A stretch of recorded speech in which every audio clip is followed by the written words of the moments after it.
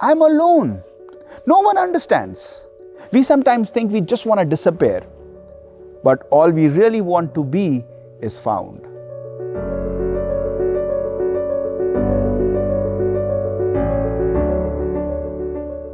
Have you ever experienced loneliness?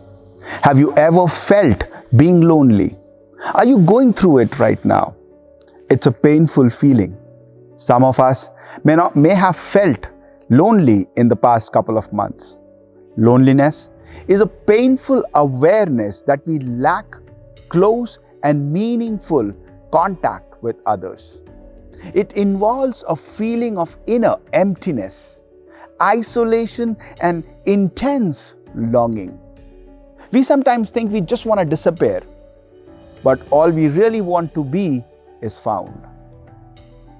Even when they are surrounded by others, lonely people often feel left out, unwanted, rejected, or misunderstood. There may be an intense desire to reach out, but often the lonely person feels frustrated and unable to initiate, continue, or experience a close relationship. Lonely is not just being alone, but also a feeling that no one cares. In the recent past, a close relative of mine tested positive for COVID. Being alone in the hospital was a pretty scary and overwhelming experience. The most tragic fact about loneliness is that unlike sickness or diseases, there is no cure. Far too often, our society's response to others' loneliness is a simple and an abrupt deal with it, or get over it, or stop being so selfish. And in the church, we may hear, you just need to get right with God. Buck up, you got to have more faith. Or things like, accept it, that's all your fault.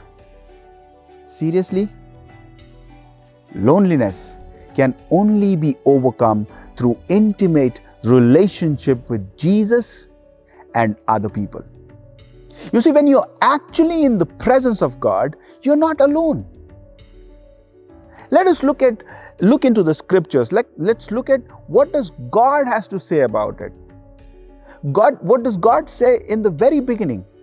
In Genesis chapter 2, verse 18, it says, "It is not good for a man to be alone."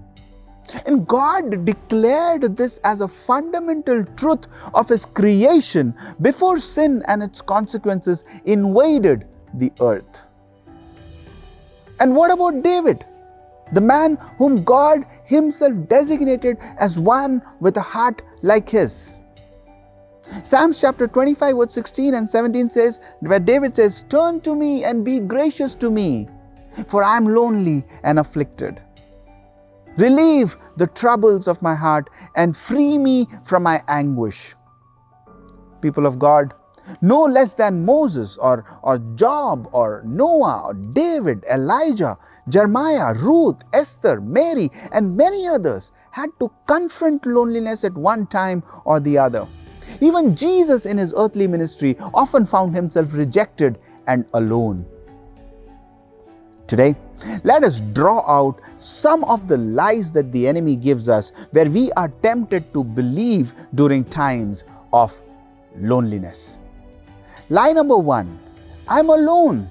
Loneliness means I'm alone. But the truth is, loneliness strips away the external comfort of those around us, driving us to find comfort in Christ alone. Isn't it a different perspective?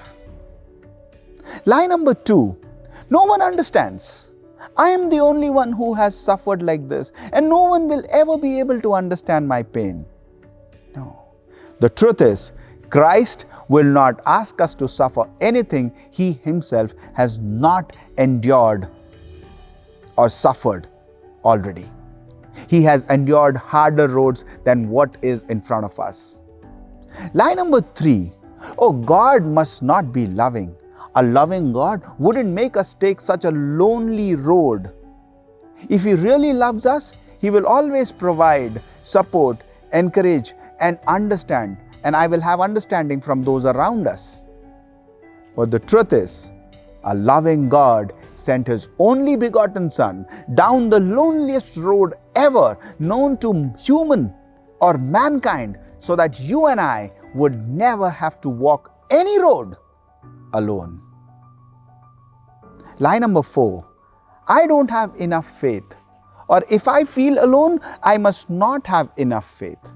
The truth is, holding on to Jesus despite loneliness proclaims to those around us that He is worth the lonely path you walk.